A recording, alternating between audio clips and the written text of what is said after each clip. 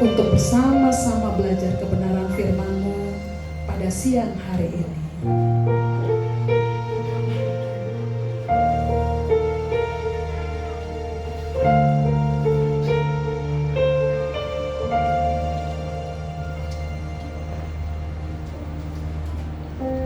Kasih Tuhan sungguh mulia, tulus dan sempurna mengasihiku. Pengorbanan di Kalvari sungguh berharga, kau tebus dosaku.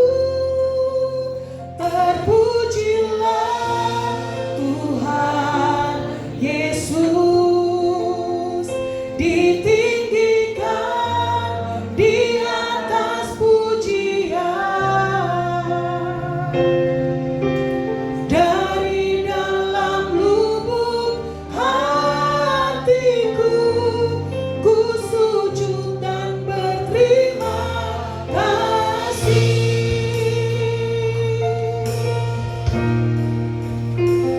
Kasih Tuhan sungguh mulia,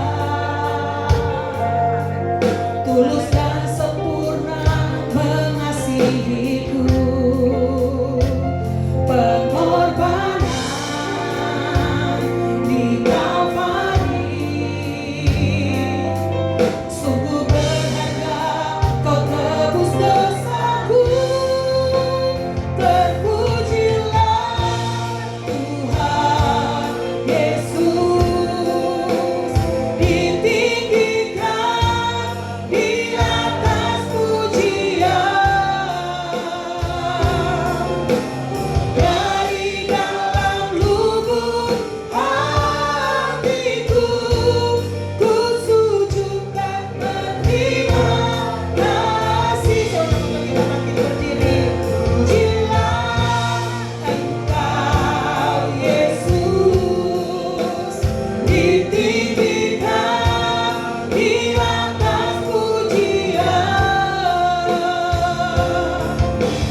Dari dalam lubuk hatiku, ku sujud dan berterima kasih.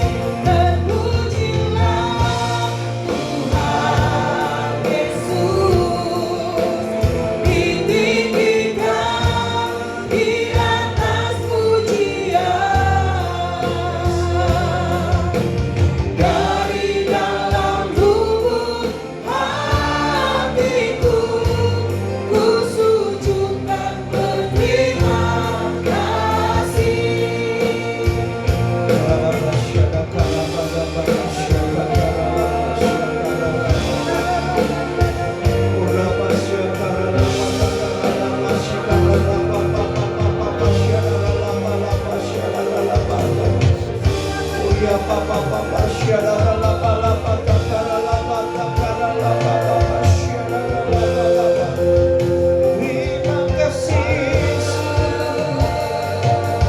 Terima kasih Tuhan, semua yang terbaik telah Kau berikan bagiku.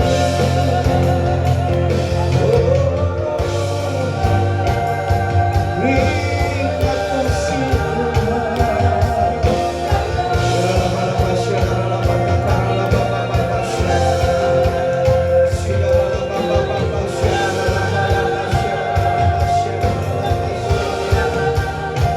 Thank you Jesus. Haleluya, haleluya. Abba Bapa, kami bersyukur pagi yang diberkati ini ya Tuhan. Katakan bersama, kami percaya firman-Mu hidup, kuat dan berkuasa, sanggup mengubah hidup menjadi serupa Kristus. Sekarang saya siap mendengar firman Tuhan. Saya siap menjadi pelaku firman. Amin. Puji Tuhan. Silakan duduk. Haleluya. Shalom. Puji Tuhan. Kita adalah jemaat yang bersemangat ya. Puji Tuhan. Oke. Iya. Taman Eden atau Taman Eden. Hidup nih pilihan ya. Saudara mau pilih yang mana nih? Hah? Yang benar. Benar. Coba kalau ditanya jawab. Saudara pilih yang mana nih? Taman Eden atau Taman Eden? Eden. Puji Tuhan. Oke. Ya, kali ini saya datang. Ini yang kedua kali ya berarti ya saya di sini. Tahun ini juga ya. Iya. Waduh, saya dijadwalin 2 kali tahun ini, luar biasa. Ini saya jemaat terjauh loh, terus 100 kilo lebih dari kota wisata sampai ke sini. Ya.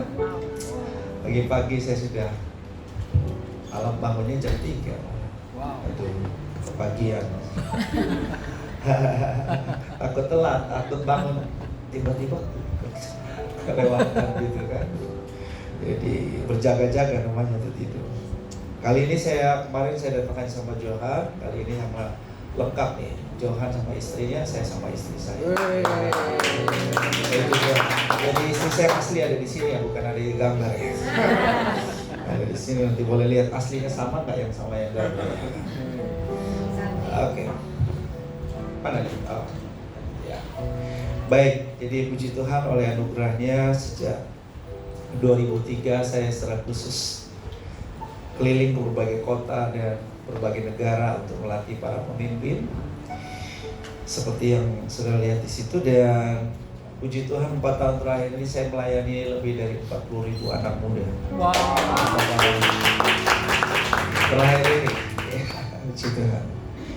Iya, saya kerja keras karena saya tahu bahwa saya hamba Tuhan dan hamba Tuhan nggak boleh nganggur gitu. Jadi gembala sidang kayak saya jarang, karena kebanyakan gembala sidang tunggu nanti khotbahnya hari Minggu. Kalau saya beda, saya harus pergi cari jiwa. Ya. Nah, oke. Kita baca bersama 3 Yohanes 2. Ini dalam terjemahan Amplified Bible ya, Amplified Bible. Jadi nggak terlalu mirip sama yang di terjemahan Alkitab bahasa Indonesia kita. Kita baca ya, 2, 3. Saudaraku yang terkasih, aku berdoa supaya dalam segala hal, ucapkan lagi kata segala hal. Ulangi lagi. Segala hal. Engkau berhasil dan berkelimpahan, tetap sehat secara jasmani, sama seperti jiwamu yang telah berkelimpahan secara rohani. Dari ayat ini bagian mana yang saudara paling suka? Berhasil, berkelimpahan, sehat. Oke, good. Kalau yang paling saya suka dalam segala hal. Ya, dalam segala hal udah tadi tuh, sehat, berkelimpahan itu loh. Berhasil. Haleluya. Ini sebuah saudara doa dari seorang penatua. Nah, dan saya percaya bahwa ini adalah hati Tuhan. Bahwa Tuhan mau kita, saudaraku, dalam segala hal, katakan dalam segala hal, berhasil, berkelimpahan, sehat, dan so on. Oke. Dalam Mazmur 1 ayat 3, kita baca dulu bahasa Indonesianya di Alkitab saudara, karena yang di monitor ini dalam versi bahasa Inggris yang diterjemahkan dari The Message. Kita baca bahasa Indonesianya, 2, 3. Maksud saya di terjemahan baru Alkitab kita. 2, 3. Ia seperti pohon yang ditanam di tepi aliran air, yang menghasilkan buahnya pada musimnya, dan yang tidak layu daunnya, apa saja yang diperbuatnya apa? Berhasil. Haleluya, puji Tuhan. Kita baca dalam terjemahan bahasa Inggris, maksud saya versi bahasa Inggris Message yang sudah diterjemahkan ke bahasa Indonesia. 2, 3. Ia seperti pohon yang ditanam kembali di Taman Eden. Keren. Iya, saudara. Ketika dengar kata Taman Eden, apa yang saudara bayangkan? Coba diimajinasi sebentar. Ya Pak, sulit loh ya Pak, aku belum pernah ke Taman Eden tuh. Ya udah, bayangkan sebuah taman yang paling indah yang pernah saudara datang. Tidak? Kebayang gak? Dah. Gimana? Menyenangkan? Saudara suka ada di sebuah taman yang indah? Iya? Taman ada aliran sungai, ada burung-burung, wah banyak macam-macam burung gitu ya. Iya. Oke, sayangnya kalau di sini kita jarang lihat burung karena burungnya takut sama kita ya. Tapi kalau kita di negara-negara maju seperti di Australia, burungnya nggak takut sama kita ya. Burungnya malah dekat-dekat sama kita. Dia nggak kabur. Iya. Oke. Saudara yang dikasih oleh Tuhan, saya percaya inilah rancangan Tuhan sejak semula, bahwa ketika Tuhan menjadikan langit, bumi, dan segala isinya, di ayat 31 dari Kejadian 1 ayat 31 dikatakan, semuanya sungguh amat baik. Dan gambaran dari sungguh amat baik itu kita bisa temukan di pasal yang kedua dari Kejadian 2. Dikatakan bahwa Tuhan membuat sebuah taman di Eden. Dan saudaraku bisa baca di Kejadian 2, di Eden itu ada apa saja, betul nggak? Ya. Nah saudaraku, lebih dari sekedar sebuah taman di mana yang kita bayangkan pohon-pohonan, bunga-bungaan, sungai, burung, hewan, yaitu yang kita bayangkan dari sebuah taman. Lebih dari sekedar yang kita bayangkan tadi. Taman Eden adalah paradise. Kata lain dari Taman Eden adalah paradise, paradiso, atau firdaus, atau surga. Jadi Taman Eden adalah heaven on earth, surga yang ada di bumi. Invisible heaven, ini adalah visible heaven, surga yang kelihatan. Dan yang istimewa lagi dari Taman Eden adalah kata lain atau definisi atau arti dari Taman Eden secara biblical adalah the spot of the presence of God, titik daripada hadirat Tuhan. So, ada Tuhan di Taman Eden. Haleluya.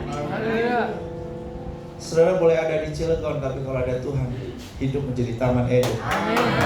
Saudara boleh ada di tempat yang gersang, kering kerontang seperti sekarang ada di Iran, kering kerontang sebentar lagi kolaps negara Teheran, karena 14 juta penduduknya bisa dievakuasi gara-gara buka keran nggak ada air berhari-hari udah nggak ada. Mana tahan orang hidup tanpa air? It's dangerous. Sangat mengerikan sekali, saudara. Sangat miris kondisi sekarang di Teheran. Tapi kalau saudara pun ada di kondisi-kondisi seperti itu, kalau ada Tuhan dalam hidupmu, Anda hidup di Taman Eden. Karena kalau ada Tuhan, ada pemeliharaan Tuhan, ada penyediaan Tuhan, ada perlindungan Tuhan. Haleluya. Aku punya kunci game. Aku punya Tuhan yang besar, yang telah berjanji dan sanggup menggenapi. Imanku bersepakat, percaya kuasanya.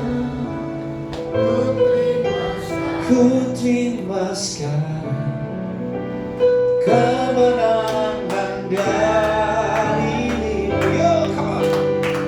Aku punya Tuhan yang besar, yang telah berjanji dan sanggup menggenapi.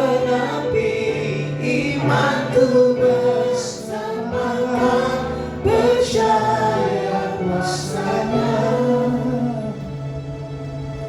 Ku terima sekarang kesembuhan. Bagi yang sakit terima kasih. sekarang kelimpahan. Ku terima sekarang kelimpahan-Nya. Bagi yang lemah katakan kekuatan. Ku terima sekarang kekuatan darimu. Haleluya. Taman Eden bicara mengenai spot of the presence of God, titik dari hadirat Tuhan. Nah, ini sebetulnya adalah hal yang terutama dalam kekristenan. Hal yang terutama dalam kekristenan adalah mengenal Allah, intim dengan Tuhan.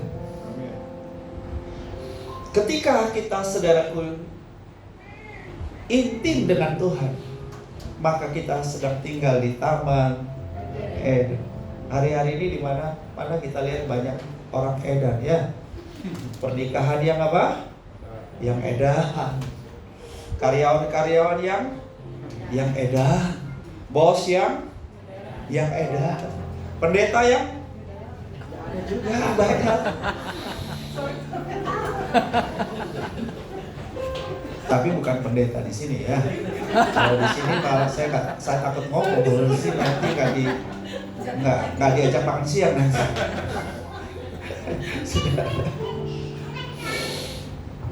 Ya, betul. Kenapa kok jadi edan? Karena tidak punya keintiman dengan Tuhan. Kalau kita punya keintiman dengan Tuhan, kita terhubung dengan sumber yang terbaik dalam hidup ini. Amen. Nah, ketika kita, saudara, ada di Taman Eden, dikatakan apa? Ia seperti pohon yang berada di tepi aliran air. Saudara bayangkan, pertama pohonnya. Pohon itu memang pohon itu adalah gambaran daripada sebuah kehidupan yang sudah melewati berbagai musim. Betul?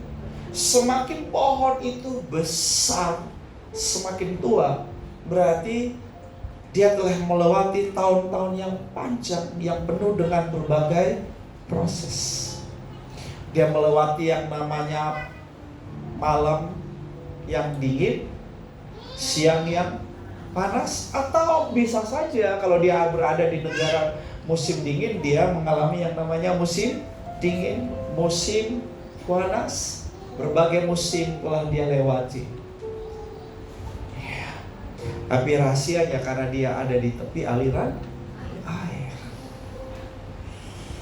Saudara, kehidupan kita juga seperti pohon itu. Kita melewati berbagai musim-musim dalam kehidupan kita. Ada musim apa saja, saudara boleh sebut? Oke, kalau alam gampang disebut, ya. Tapi yang bukan alam, yang simbolik. Musim kering simbolik apa? Hah? Kantong kering. Di PHK, apalagi pelanggan sepi, bisnis lesu, omset menurun. Iya kan? Ada saat sehat, ada saat juga sakit. Ada saat berkelebihan, ada saat berkekurangan. Tapi saudaraku, rahasianya di sini, saudara. Selama saudara ada di tepi aliran air. Amin. Nah, itu kuncinya, saudara. Ketika kita berada di tepi aliran air seperti pohon ini, maka daunnya tetap segar. Kalau saudara sudah pernah ke Israel, berapa banyak yang sudah pernah? Pak Yuda udah pernah? Diwakili. Ayah. Oke, nanti pergilah ya. Tahun depan lah ya. Ya lah. Tahun depan Pak Gembala mesti. Ya. Ya, saya sih udah lama juga nggak pergi, baru 7 kali. Tapi kalau dibanding Pak Wiryo, mau lagi. Aduh, pusing deh kalau bukan heran, pusing saya. Kok bisa ya bolak-balik kayak gitu ya? Oke, saudara tentu akan melihat pemandangan yang kontras antara kering dan hijau. Itu kontras, coklat. Padang gurun, padang nggak ada pohon, nggak ada tanaman, dengan yang lingkungan yang ada tanaman dan hijau, itu kontras sekali. Nah, biasanya kalau di tempat yang hijau berarti ada air, ada aliran air. Ya. Kita kalau dari Yordan turun ke Israel, saya pernah sekali sama Babe, sama Pak Wiryo. Wah, itu Yordan kering. Tapi dari kejauhan mau masuk Israel kita lihat, wah, ada lembah Yordan. Itu hijau, saudara. Ada lembah Armageddon, hijau, saudaraku ya. Nah, karena ada air yang cukup, selama kita ada di aliran air itu, maka entah musim apapun di sekitar kita, daun kita tetap hijau. Haleluya. Daunnya tetap segar. Segar itu, saudara, saya sebut sebagai sehat dan bugar. Segar, sehat, bugar. Hidup kita tetap sehat dan bugar. Dan yang lebih keren lagi, dan ini tentu jadi tujuan kita, yaitu berbuah, be fruitful, berbuah. Berbuah artinya apa, saudaraku? Hidup kita itu diberkati, karena buah itu bicara mengenai diberkati. Berbuah itu berarti jadi berkat, karena buah itu berarti sesuatu yang akan dinikmati orang lain. Buah nggak pernah makan buah sendiri, ya kan? Dia ada untuk bermanfaat bagi orang lain. Hidup kita jadi bermanfaat. Ya, buah bicara mengenai keberhasilan, buah bicara mengenai karya. Ya, bukan sesuatu yang pura-pura kita tidak tahu bahwa dengan perkembangan teknologi AI dan humanoid robotik ini menjadi ancaman buat manusia, bukan? Ancaman bagi tenaga kerja manusia yang sudah mulai kurang dipakai, kurang diperlukan, karena digantikan dengan AI dan robot humanoid. Jadi tadi di mobil saya bilang, kecerdasan kita, kualitas kita mesti di atas rata-rata. Mesti di atas rata-rata. Kalau di bawah rata-rata, sorry man, Anda tergusur, tergilas habis, jadi korban daripada perubahan dan perkembangan teknologi yang canggih. Dan ini menjadi sebuah ancaman serius untuk buat anak cucu kita. Ya, mereka sudah harus punya sebuah kurikulum yang berbeda dengan kurikulum saat ini kalau mau jadi orang-orang di atas rata-rata.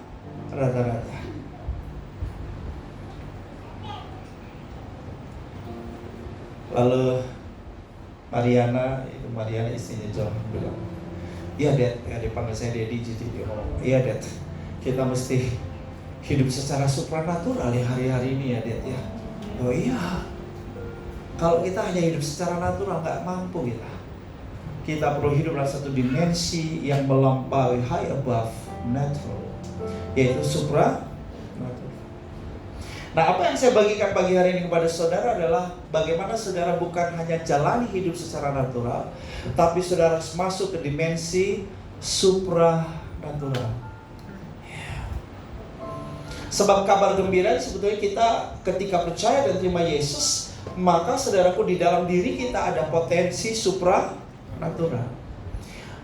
Yohanes 10:10b berkata, Aku datang supaya mereka mempunyai hidup. Hidup di sini bukan hidup bios. Kalau hidup bios, hidup tubuh biologis. Juga bukan hidup suka. Hidup suka itu adalah hidup jiwanya. Iya. Tetapi hidup rohani, hidup ilahi yaitu Zoe. Nah, kalau ada yang berencana punya anak dan kalau lahir anak perempuan, beri nama Zoe. Keren tuh nama, ya kan?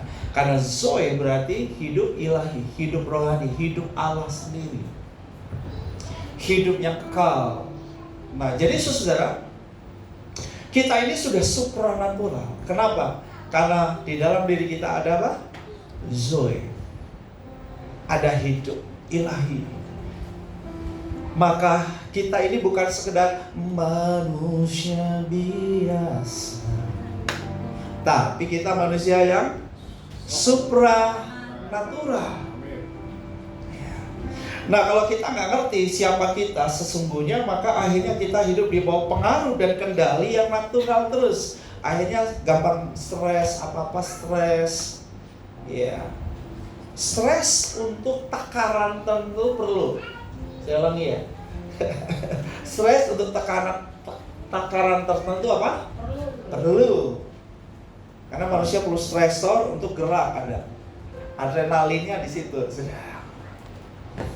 Jadi nggak apa-apa. Tapi ketika stres itu sudah melampaui dosis atau takaran sehat, maka jadi masalah, jadi sakit buat kita. Ya. Nah, jadi saudara yang dikasihi oleh Tuhan, hari-hari ini kita perlu hidup secara apa? Supranatural. Sehingga juga saudara kita bisa jadi berkat. Kenapa? Karena dikatakan bahwa berbuah dan apa saja yang kita perbuat berhasil.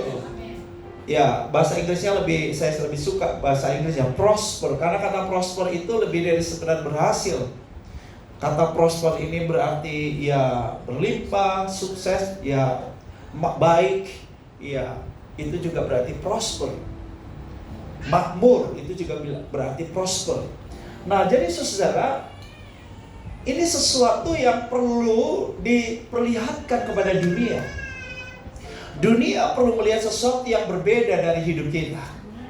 Kalau kita sama dengan dunia, nggak ada alasan buat mereka percaya pada Tuhan yang kita sembah. Setuju atau setuju? Ya kan? Kenapa? Karena kita sama. Oh, doa ya sampai maut.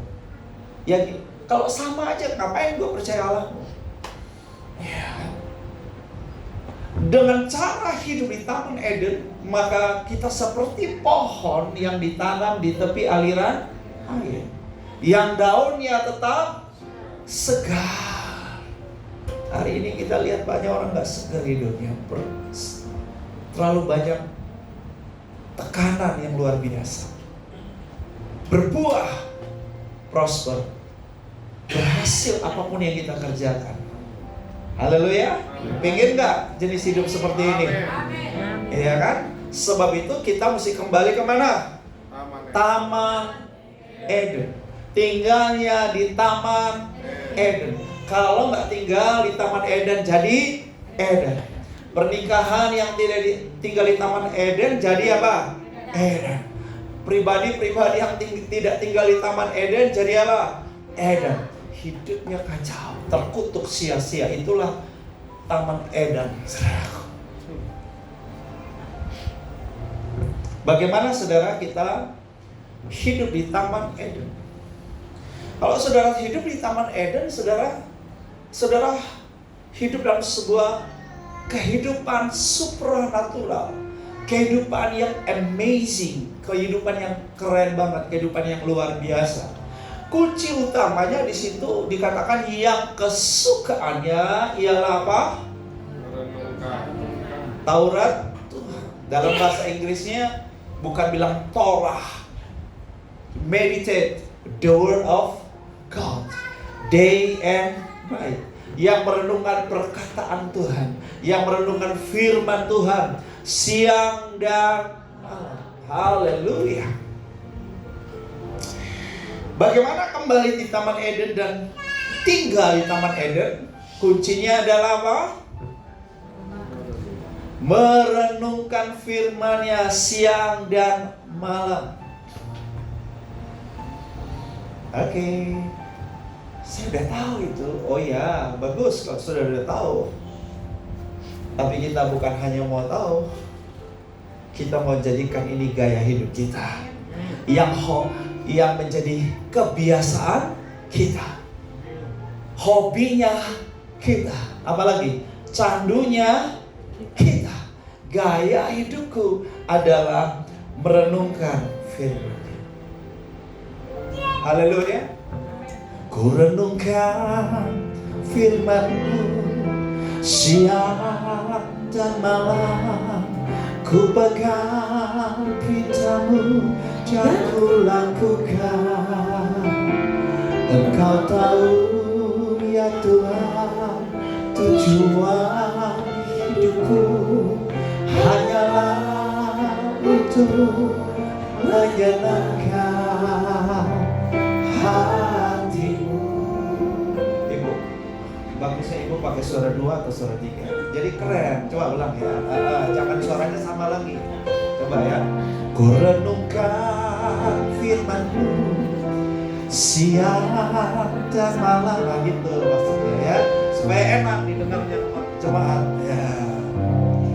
Jadi kalau mau nambah pakai suara 2 atau suara 3. Jadi jadi enak didengar. Gitu. Haleluya. Saudara-saudara yang dikasihi oleh Tuhan, hari ini ada begitu banyak alasan untuk kita tidak merenungkan firman. Alasan utamanya apa? Biasanya Bapak Ibu, kok tahu? Kayaknya pengalaman. Kamu ketahuan.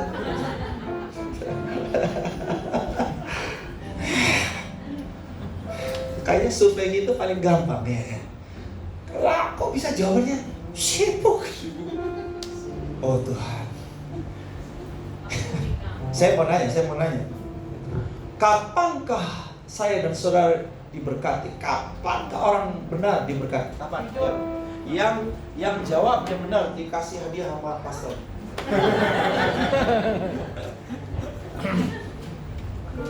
Ayo. Aku tidur. Loh, kok tahu? 2 orang tuh. Pak Yuda 2 orang hadiah. Oke, bagus. Berarti ini lulus tesis semua ini. Keren. Lo ya pada waktu tidur itu sibuk kan? Enggak. Ya sibuk juga, sibuk bernafas. Tapi ya maksudnya ya jelas nggak sibuk kerja ya. Tetap sih tidur ada, aktivitas tubuh ada, saudaraku ya kan? Nggak sama dengan mati namanya. Tapi yang nggak sibuk, kita dalam kondisi istirahat. Kapankah kita diberkati Tuhan? Pada waktu istirahat. Bilang sama sebelahmu, banyak istirahat lu.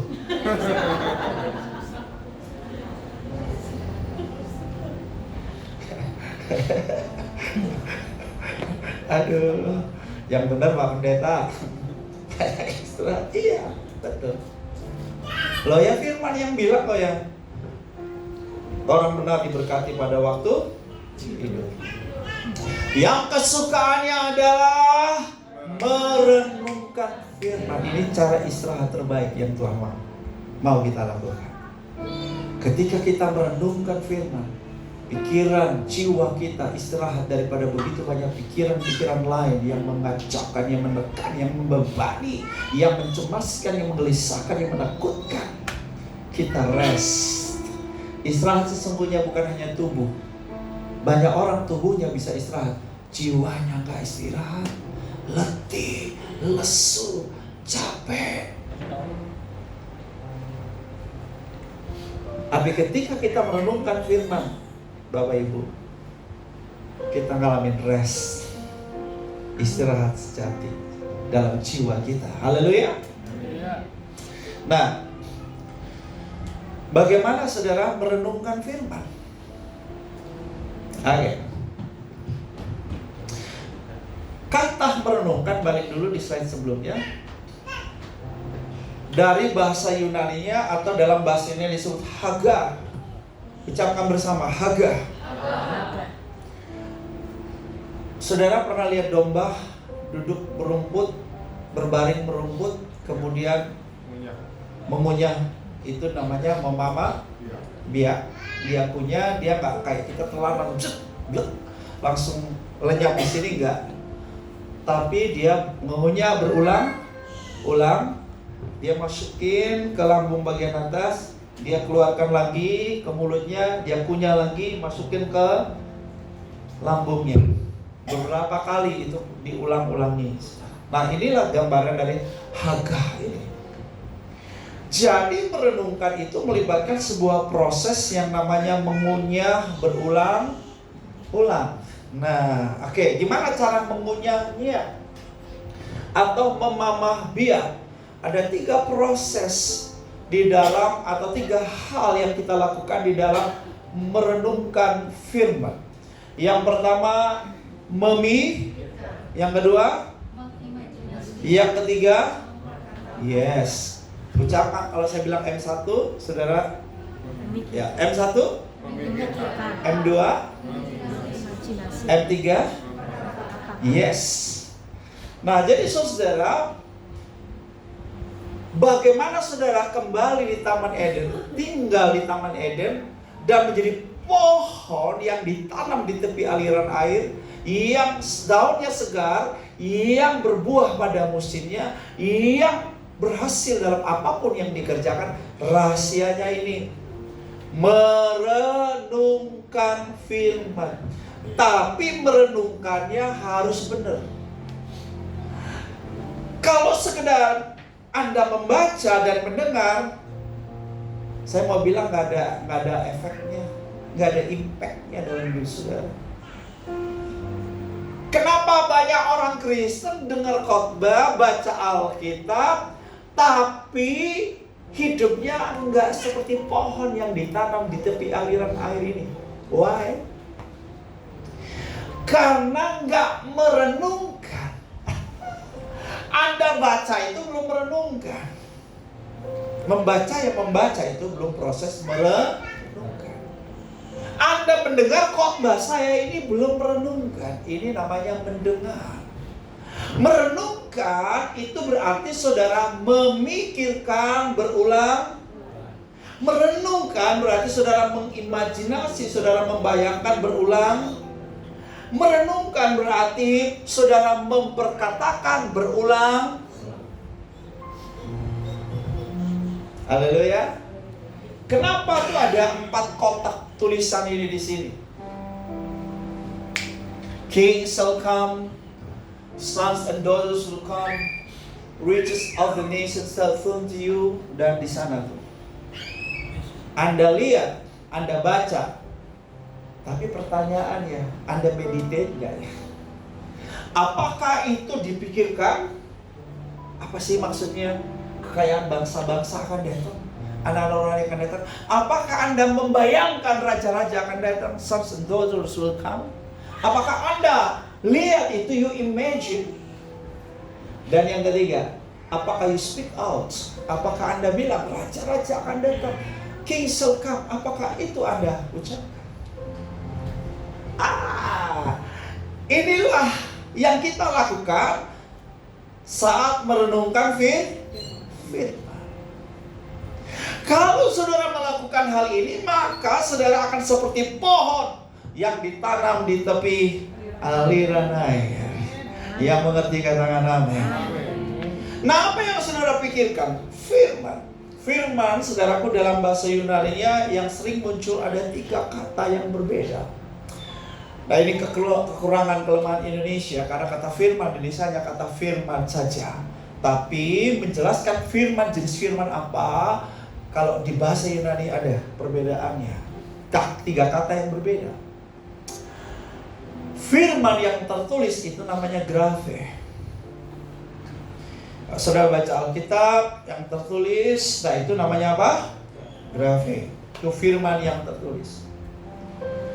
Firman yang diucapkan, yang dihidupkan oleh Tuhan secara spontan, biasanya dari graphe, biasanya dari yang tertulis menjadi rema.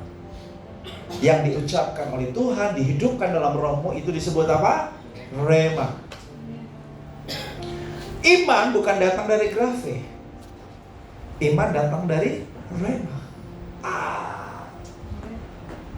Kenapa banyak orang baca Alkitab, dengar khotbah, nggak ada iman? Why? karena belum dapat apa? Rema. 2 Korintus 5, iman datang dari pendengaran, coba dibaca. Iman datang dari pendengaran dan pendengaran akan firman. Saya sebut aja ya. Or faith come by hearing and hearing by the word of God. Kata word, firman di situ dalam bahasa Yunani digunakan rema, bukan grave. Berarti kalau jadi iman itu jadi kalau dapat rema dulu. Kalau nggak ada rema, nggak ada iman. Sekarang saya mau nanya, percaya nggak Tuhan dapat melakukan segala sesuatu? Percaya. Tidak ada yang mustahil buat Tuhan. Percaya nggak saudara bisa jalan di atas air? Ya, percaya. Tapi sekarang saudara, aku ajak kita ke Merak. Ke penyeberangan ya. Dan ayo dengan imanmu kamu jalan di atas air. Saudara boleh ngerti gak?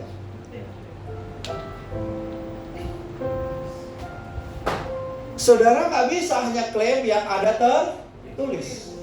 Petrus bisa jalan di atas air, lalu kamu jalan juga di atas air. Ini perlu rema. Itu dia. Saya cerita. Jadi sekian tahun 2023-2024 ini udah berproses, saya mbak istri udah. Ini anak kuliah nggak 2000. Anak saya Geraldi, anak yang kedua kuliah di Inggris kan. Kenapa? Pak Yuda tahu bahwa saya hanya seorang pendeta penuh jalan keliling dunia memberitakan Injil, lebih banyak keluar duitnya sendiri juga. Bukan pengusaha tapi keluarin duit. Jadi kalau kasih kuliah anak di Inggris, impossible. Kecuali dapat scholarship. Tapi kan seperti yang Anda tahu, S1 jarang dapat. Ada beasiswa, apalagi luar negeri. Dan kuliah di Inggris adalah tempat yang berbiaya, mahal. Ya, kita sempat sebulan pernah jadi 22 juta ya. Hanya untuk kos-kosan sama makan, minum.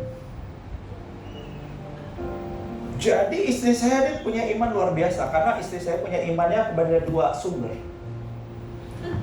Dompetnya Tuhan dan dompet suami. Sehingga dia betul-betul tenang. Kalau saya Iya, karena tanggung jawab terakhir selalu ada pada pemimpin, betul nggak? Pasti kan? Nah, jadi saya ini masih, waduh Tuhan, maju mundur, pergi nggak? Gimana ya? Udah nggak, sangat sulit untuk decide, membuat keputusan. Istri udah ngurus pokoknya dengan agensi lah, interview lah, segala macam, udah diterima, semua udah beres, udah tinggal urus visa dan berangkat. Tapi kan ini persoalan duit ya. Waktu saya sama istri mau masuk, diantar pulang ke hotel, saudara pun waktu itu kami di Singapura, di Malaysia. Saat di dalam kereta, mobil maksudnya, sekarang bilang kereta itu mobil. Kalau saudara kalau sana dia ngomong kereta, jangan saudara kebayang kereta panjang itu ya. Itu maksudnya mobilnya ya, kereta. Tuhan bilang ini. Tuhan nanya. Nah, ini rema saudara. Bram, kamu yang biaya studi Geraldi atau aku? Saya langsung jawab, Tuhan yang biayain. Di atas mobil saya jawab, Tuhan yang biayain. Wah, saat itu hatiku tenang berada dekatmu, kaulah jawaban hidupku. Hatiku tenang. Tapi kalau hati tenang, emangnya udah ada duit? Yang membuat hatiku tenang adalah karena ada rema. Itu cirinya. Where there is faith in your life, kamu tuh rasa peaceful, ada damai. Itu. Contoh, misalnya nih ya, Saya bilang, Pak Yuda, ini aku harus bayar uang kuliah. Ini bener, ini ngomong bener ini. Siapa tahu dia tergerak. Aku harus bayar uang kuliah. Ini anak saya ketiga kuliah di Australia sekarang, tapi ada ceritanya lagi. Jadi kemarin aku jadi Pak Edili sama Ibu Pini. Ibu Pini itu kakaknya Ibu, ya Ibu Pini. Mungkin ada yang tahu, ada yang nggak tahu ya. Ya nggak tahu. Jadi kemarin saya kantor Adrian, kita jadi foto bareng di Sydney di Opera House. Kenapa? Karena si Rachel wisuda ya. Wisuda. Aduh, gue bilang ini kayak drama-drama ya Tuhan, keren banget tuh. Nggak dikebayang, tapi kan saya mau ke situ. Jadi misalnya nih, saya kan mesti bayar semester segera nih semester anak saya yang lagi kuliah di Australia ini. Ya, bro, doain ya, aku nih lagi bergumul nih untuk bayar uang semester. Contohnya, terus my brother bilang gini, udah Bram, aman, nanti aku tak bantu sebagian ya. Contoh, kira-kira hatiku tenang gak? Hatiku tenang karena saya percaya siapa dia. Saya tahu siapa dia, bahwa kalau dia ngomong, dia janji, dia genapi dan dia mampu. Maka hati saya Nah, kalau Tuhan ngomong, hati kita harusnya tenang. Betul? Itu ciri bahwa ada iman di dalam diri. Kenapa hatiku tenang? Karena aku yes, berikan tepuk tangan buat Haleluya. Pulang ke Indonesia, aku mulai ngurus serius. Oke, istriku. Tadinya masih tarik ulur, kayaknya dia di sana, aku di sini itu. Nggak sepakat. Puji Tuhan, ke bank. Biasa dong ke bank cek. Maksudnya mau lihat dulu nih uang ada nggak? Tiba-tiba nongol ada uang 100 juta. Wow. 100 juta ini kan belum bisa bayar semuanya. Masih banyak. Tapi paling kan buat DP doang. Betul. Tapi paling tidak itu sebuah tanda. Amin. Aku yang biaya ataukah saya jawab Tuhan. Nah, betul saudara. Tanda kedua saudara, visa yang biasanya 3 minggu hanya dalam 3 hari visanya keluar. Si agent yang bingung.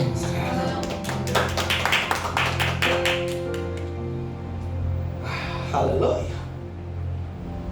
Padahal duitnya yang dikasih waktu itu hanya dikasih tuh. Gua hanya punya 200 ya. 200 tuh gua pinjam tuh. Ya pinjam kembalikan lagi. Puji Tuhan dia udah selesai. Juni kemarin, Juni ya. Ya Juni ya wisuda. Juli wisuda dengan predikat cum laude. Wow. Inggris. Di usia 21 tahun. Wow. Dan anak saya yang ketiga ada ceritanya juga gara-gara Rema. Tapi kan waktu ya kalau saya cerita jangan. Tapi ini sudah contoh, saya bisa cerita banyak sekali. Bahwa saudara pentingnya ada Rema itu sudah dapat kalau saudara yang saudara mikirin itu mikirin firman berulang-ulang nanti jadi Iya. Kalau sudah ada Rema maka logos firman itu menghidupkan. Contoh ya. Pada mulanya alam ciptakan langit dan waktu Tuhan bilang, Tuhan mikir dulu konsepnya apa nih, bumi kayak apa, pohon kayak apa, burung kayak apa, kan itu mesti dipikirin dulu, betul nggak? Oke. Kemudian Tuhan ucapkan, betul? Jadilah langit, jadilah bumi, jadilah tumbuhan dan seterusnya. Oke? Itu rema yang dilepaskan. Oke? Lalu kemudian firman logos menghidupkan. Jadi ini pohon terus jadinya bumi, jadinya langit. Oh, haleluya. Kalau saudara ngerti hal ini, dahsyat, powerful, luar biasa. Soal praktek merenungkan firman Tuhan dengan memikirkan, mengimajinasi, dan memperkatakan. Saya di jemaat sederhana juga di Kupang, saudara. Jemaatnya rata-rata mahasiswa. Datang pakai motor atau sewa pick up atau apalah kayak gitu. Gak ada punya, jarang yang punya. Rata-rata punya motor saja. Kita sewa di satu tempat di atas lahan 2.150. Saya percaya tempat itu udah dikasih Tuhan untuk kita. Rema, kita ucapkan, memperkatakan. Lalu saya beranikan diri menawar kepada yang punya tanah. Oh Pak, nggak jual Pak. Ya karena dia seorang developer, mereka malah cari tanah, beli tanah, bukan jual tanah. Ya, mereka pengennya lebih bangun rumah, bukan jual tanah, ya. Nah, enggak, tapi kemudian beberapa kali, oke, aku udah kalau Pak Pendeta mau beli ya, aku kasih 5M. Wes, keren. 5M. Bukan 5 ember. 5 miliar. Oke ya, udah habis itu dia tanya lagi beberapa waktu kemudian, Pak Pendeta serius nggak beli tanah? Waduh, saya mau bikin alasan apa ya? Karena memang duit kan nggak ada kan.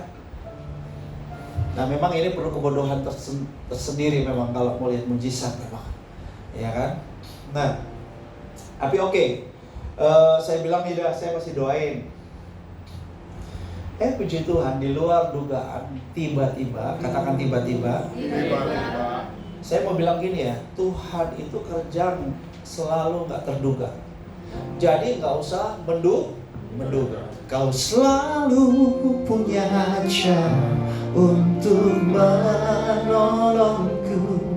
Kau selalu punya cara keajaibanmu. Kau dahsyat dalam segala perbuatanmu, dan ku tenang di dalam caramu. Tiba-tiba saudara, gak terduga, seorang bilang, udah tanah itu aku yang beli. Dan orang yang beli juga akan membangun bangunan salah satu gedung gereja tercantik di kota Kupang, dan itu jadi milik kita juga. Disuruh kita pakai. Hah, kemana? Nah ini yang Bapak video sering sampaikan. WTC itu ada bukan by program, tapi dengar suara Tuhan. Jadi kita perlu belajar mendengar suara Tuhan. Anak saya ketiga, Adrian, tiba-tiba dapat suara Tuhan. I send you to the nation to preach the gospel, but your starting point of place is Australia. Aku mengutus kamu untuk pergi beritakan Injil kepada bangsa-bangsa, tapi kamu punya titik awal untuk mulai itu adalah di Australia. Berarti kamu mesti kuliah di Australia. Saya bilang, Adrian, Dedi kuliahin kamu di Jakarta aja, Dedi gak punya duit. Jangankan di Australia, di Jakarta. Anak saya masih lagi dalam proses waktu itu kan, mau wisuda. Jadi wisuda kami gak pergi Pak. Coba waktu itu ketemu Pak Yuda, saya udah bisa minta bantuan lah tiket gitu kan, enggak. Padahal bisa telepon ya. Gue ya kita berdua nggak pergi ya, sedih juga sih. Anak udah kuliah mahal-mahal, udah di universitas terbaik salah satu di dunia, ngalahin UI lah gitu universitas. Tapi papa mamanya nggak pergi, karena memang nggak ada duit. Aduh, aku lupa bilang, Tuhan jangan biaya Gerali aja ya, biaya kita juga tiketnya. Aku lupa bilang ya.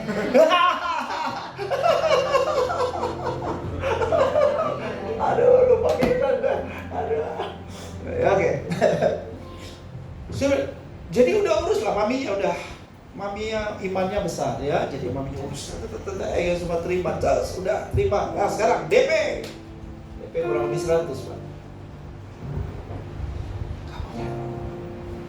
Dikejar-kejar agen, wah ini gimana, ini nggak bisa urus last minute, itu nggak bisa, orang ngantri banyak gini aja udah dapat urus sudah masuk dapat kuliah aja nggak dapat visa udah pada ini gimana? Ya nggak apa-apa lah kalau memang ini tahun depan, kalau yang Tuhan berkenan ya tahun depan. Adrian kamu sabar ya, udah kamu nggak kuliah dulu tahun ini, ya nggak apa-apa deh. Kamu kuliah dulu ya, enggak aku tunggu aja, karena Tuhan sudah bicara. Loh puji Tuhan, anak udah yakin suara Tuhan gitu kan enak. Nah, saudaraku, last minute, saudaraku, katakan last minute. Jadi anak saya yang Geraldi ini, saudaraku, dia bilang gini, enakan jadi anak orang kaya ya, jadi anak pendeta, mujizat last minute. Karena memang teman-teman anak saya Geraldi nggak ada. Semua orang anak pendeta dan semua teman-teman anak pengusaha besar, anak jenderal. Sekarang dia lagi di KL. Di KL ini, dia lagi di KL. Itu temannya yang ngundang dia, papanya punya perusahaan asuransi terbesar di Malaysia. Wow. Coba itu teman-temannya dia tuh. Jadi kebayang nggak ya, kebanting ya. Ini temannya dia satu, hanya mau reunian aja, datang dari Inggris lah. Dia sempat kerja di Eger kemarin, dia kumpulin duit. Jadi dia pakai duitnya untuk pergi sendiri ke KL. Papa mama nggak biayain kamu pergi.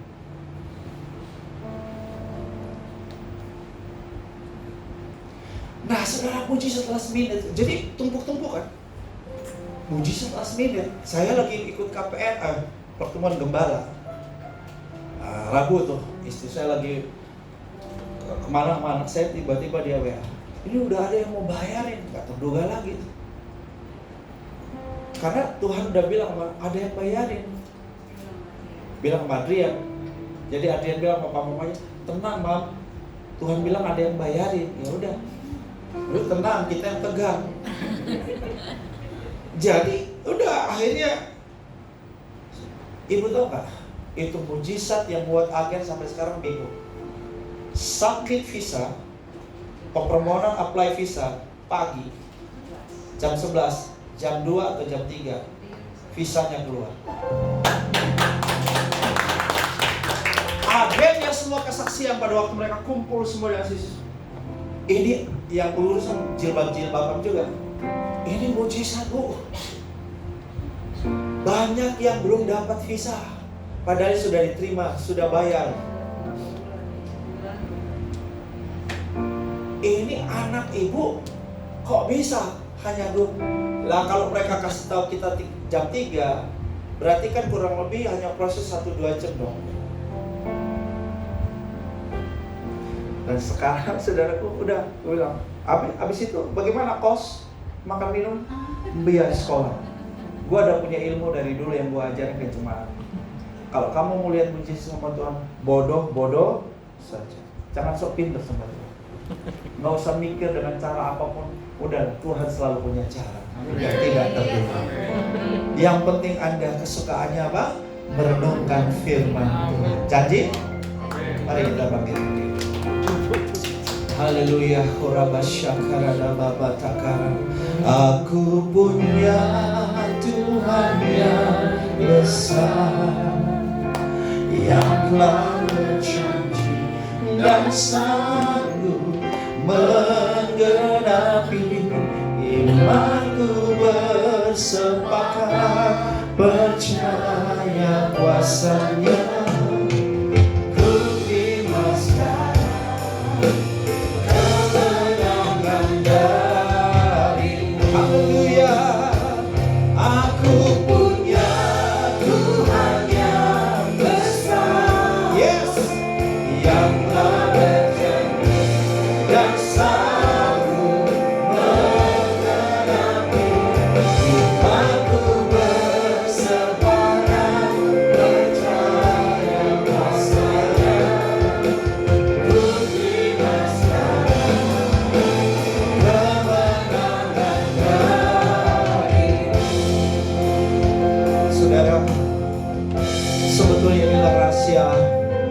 Hidup yang terbaik Tuhan itu sebetulnya mendesain kita untuk mengalami Taman Eden.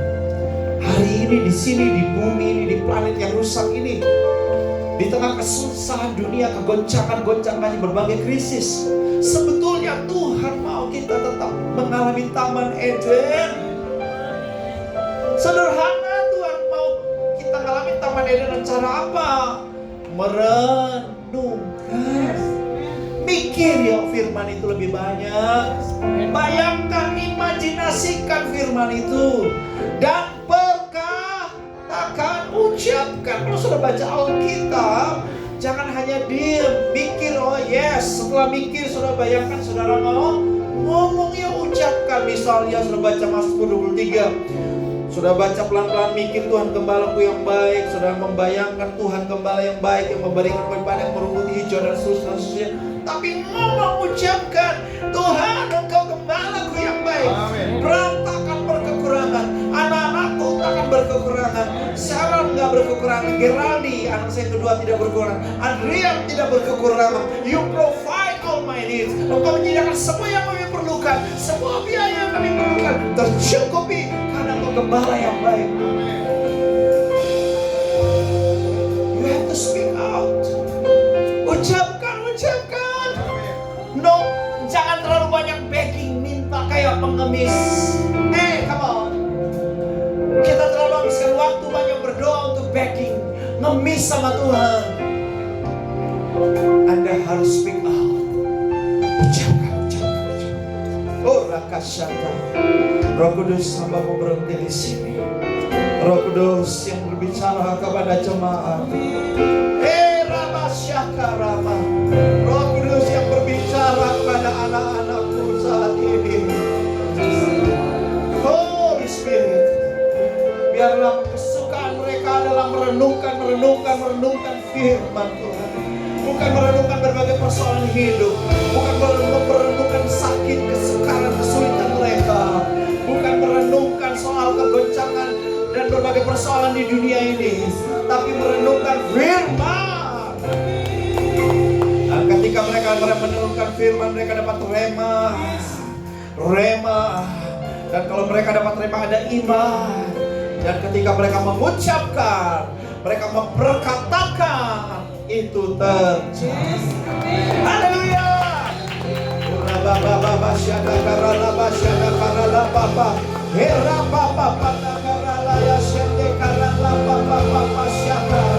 Wow, bangkit iman yang bangkit.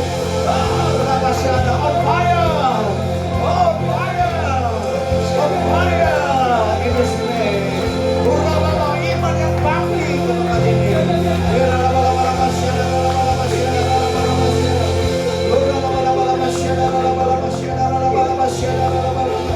Terima kasih Bapa. Di dalam nama Yesus kami mengucap syukur, haleluya. Amin.